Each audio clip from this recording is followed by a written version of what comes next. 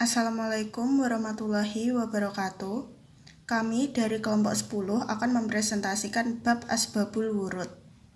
Dengan anggota kelompok kami yang pertama, Paula Agita Octavia, yang kedua, Prisma Fernanda, yang ketiga, Putri Amelia Sari, yang keempat, Regan Desta Syaputra. Dengan topik pembahasan, yang pertama akan membahas tentang definisi dari asbabul wurud. Yang kedua, tentang aspek-aspek dalam asbabul wurud.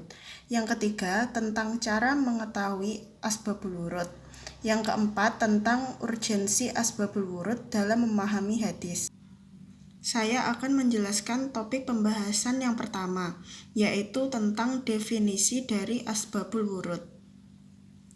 Secara bahasa, asbabul wurud berasal dari kata asbab dan al-wurud.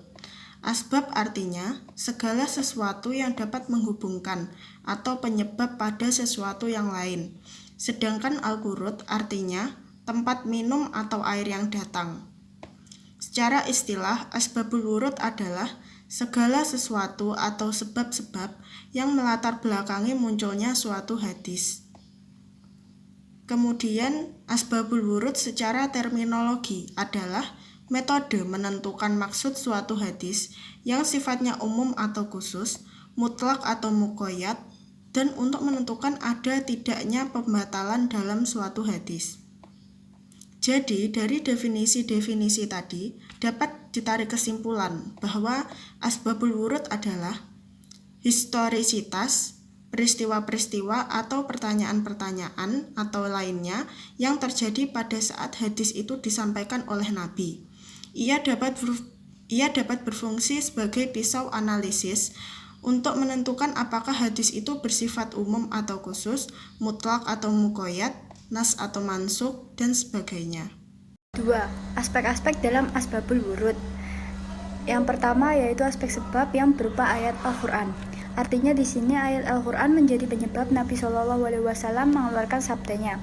Contohnya pada Quran surat Al-An'am ayat 82 yang berbunyi, orang-orang yang beriman dan mereka tidak mencampur adukan iman mereka dengan kezaliman, mereka itulah orang-orang yang mendapat petunjuk. Kemudian Nabi menjelaskan bahwa kata kezaliman atau al-zulum artinya adalah perbuatan syirik seperti pada Quran surat Luqman ayat 13. Yang kedua yaitu aspek sebab yang berupa hadis itu sendiri. Biasanya ditemukan pada hadis yang sulit difahami oleh beberapa sahabat seperti hadis yang dibawa oleh Anas dengan arti sesungguhnya Allah mempunyai malaikat-malaikat di dunia yang berbicara melalui lisan anak cucu Adam tentang apa yang baik dan buruk dalam diri seseorang. Hadis dengan redaksi seperti itu sangatlah sulit untuk difahami, sehingga Nabi bersabda dengan hadis lain untuk menjawab kemusykilan yang ada. Yang ketiga yaitu aspek sebab yang berupa keterkaitan. Aspek ini berkaitan dengan para kalangan sahabat.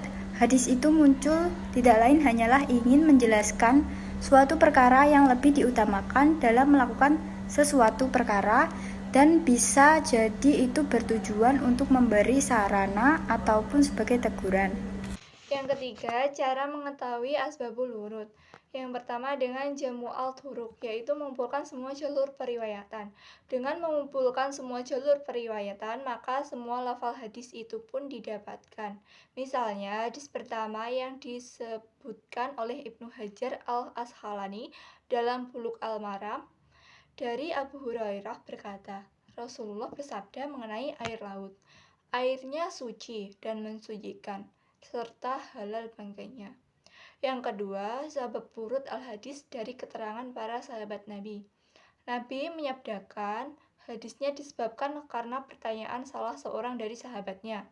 Misalnya, hadis yang disebutkan oleh Ibnu Hajar al-Asqalani dalam Bulughul Maram dari Abu Bakrah radhiyallahu anhu dari Nabi, beliau bersabda, tidak akan beruntung satu kaum yang menyerahkan urusan mereka kepada wanita, sebab dari al-wurud hadis ini bisa ditemukan dalam Sahih Al-Bukhari, Sunan Tirmizi, Sunan Nasa'i dari penjelasan Abu Bakrah di masa perang Jamal.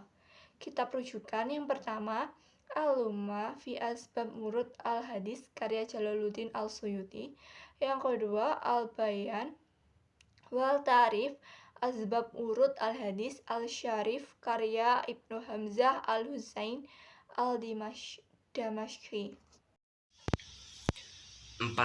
Urgensi asbabul wurud dalam memahami hadis.